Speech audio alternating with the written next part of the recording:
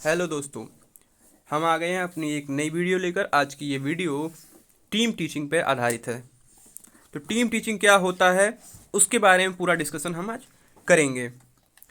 और सबसे पहले हम जान लेते हैं कि हमारे जो आधुनिक युग है इसमें क्या बदलाव आए हैं। पहले पहले के ज़माने में जो शिक्षा होती थी उसके अपेक्षा तो आधुनिक युग में जो है परंपरा, जितनी परंपराओं के चंगुल में जो शिक्षा रहती थी कि चर्च वाले कैथोलिक लोग होंगे तो कैथोलिक वाला शिक्षा देंगे, चर्च वाले अलग शिक्षा देंगे, और जिनकी मतलब जो धार्मिक बेस है उसके आधार पर लोग शिक्षा को करेक्टराइज करते थे और उसको अलग अलग बांटते थे।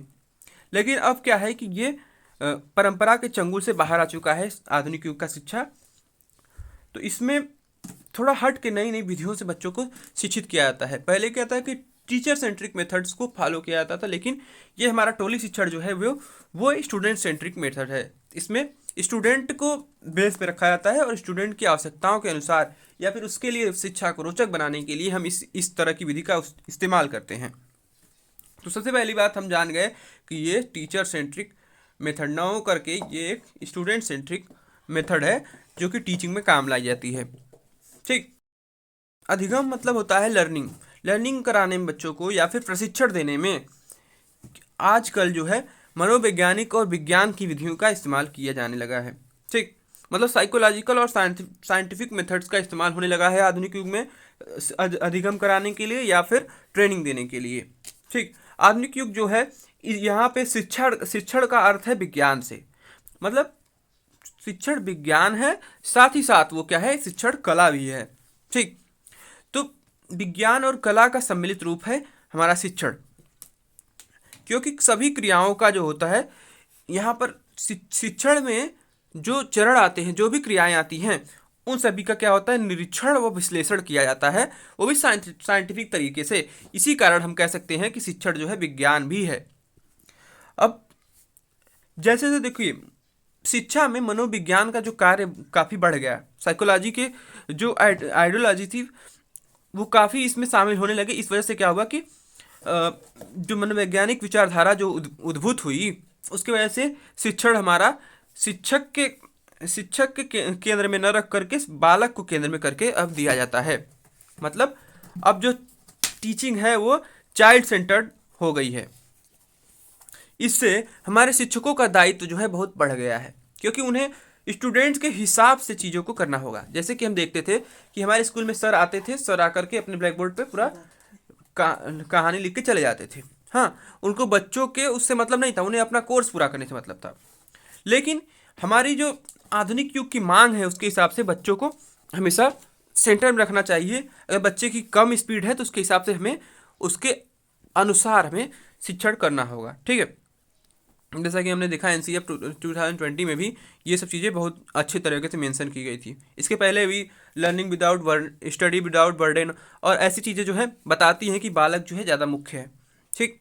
अब यहाँ भी शिक्षक का दायित्व तो क्या हो गया, क्यों बढ़ गया, क्योंकि उसको उस तरह का माहौल क्रिएट करने पड़ेगा, उस तरह का टीचिंग एड का इस्तेमाल करना पड़ेगा। हाँ, अब आगे आते हैं।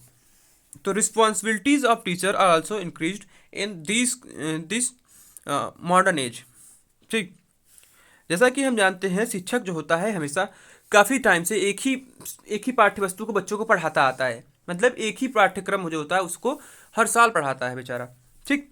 इससे क्या होता है कि जाहिर सी बात है कि उसके अंदर डिजोलेशन या फिर उदासीनता की भावना आ जाएगी इस शिक्षण शिक्षण के प्रति। ठीक है। और साथ साथ उसके उसमें डिसइंटरेस्ट के भी भाव उत्पन्न हो जाएंगे, क्योंकि बार बार एक ही काम करने पे आदमी ऊब जाता है। ठीक। अब इसके इसके बावजूद भले ही उसको बहुत उदासीन लगेगा, लेकिन उसको करना पड़ेगा क्योंकि उसकी जॉब है, प्रोफेशनल है वो, उसको करना ही पड़ेगा उसको। ठीक। तो इसी व्यवस्था को कम करने के लिए अब बताइए इसका निगेटिव इफेक्ट बच्चों पे ना पड़े, इसलिए हम लोगों को कुछ ना कुछ तो उपाय करना ही पड़ेगा। ठीक है। टीम टीचिंग जो है ऐसा उपाय है जिसका इस्तेमाल करके अरुचि और उदासीनता की भावना को दूर किया जा सकता है शिक्षण से। ठीक। Team teaching. ठीक है। ये उपयोग किया जाता है ताकि गुणवत्ता में वृद्धि हो अधिगम की, और इसके साथ साथ बच्चों को इसमें रुचि बनी रहे। तो हमें बात समझ में आ गई। अब हम बात करते हैं कि सर्वप्रथम मतलब फर्स्टली किस किन किन जगहों पे इसका इस्तेमाल किया गया। तो 1955 में हार्वर्ड यूनिवर्सिटी में इस विधि का सबसे पहले इस्तेमाल होना शुरू हुआ। उसके बाद 1960 तक आते आते ब्रिटेन में भी ये पहुंच गया, जहाँ पे कि जे फ्रीमैन ने इसका विकास किया 1960 में, और इसको स्कूल और कॉलेज के स्तर पर पहुंचाया। ठीक, इसके बाद स्कूल और कॉलेज में भी इसका इस्तेमाल किया जाने लगा, अपनाया जाने लगा। धीरे धीरे ये शिकागो विश्वविद्यालय में भी पहुंचा, जहाँ पे फासिस चेज नाम याद रखिएगा, उन्होंने इसे प्रभावशाली शिक्षण की शैली के रूप में विकसित कर दिया। बाद में जाकर के फिर ये भारत में भी आया, जिससे क्या हुआ कि शिक्षण व्यवस्था का एक ये स्वरूप बन गया, और शिक्षक जो है अपनी भूमिका इसमें खुद निर्धारित करता है, अपनी क्रिया, अपने रोल को सेट करता है। अब आगे आते हैं कि इसमें इसके जो साधन होते हैं, जो दक्षता वाली चीज़ें होती हैं, वो भी कौन इकट्ठा करता है? वो भी शिक्षक ही इकट्ठा करता है। इसमें क्या होता है कि दो या दो से अधिक जो है टीचर मिल करके एक छात्रों के समूह को अनुदेश देते हैं। ठीक है, विद्यार्थियों के समूह को पूरे अनुदेश देते हैं, और याद रखिएगा कि दो या दो से अधिक अध्यापक मिलकर के इसको अंजाम देते हैं। ये एक तरह की सुव्यवस्थित और वेल एडमिनिस्ट्रेड सिस्टम है, जिससे बच्चों को शिक्षित किया जाता है। तो आज की इस वीडियो में आशा है आपको काफ़ी जानकारी प्राप्त हुई होगी। आज के लिए इतना ही, धन्यवाद।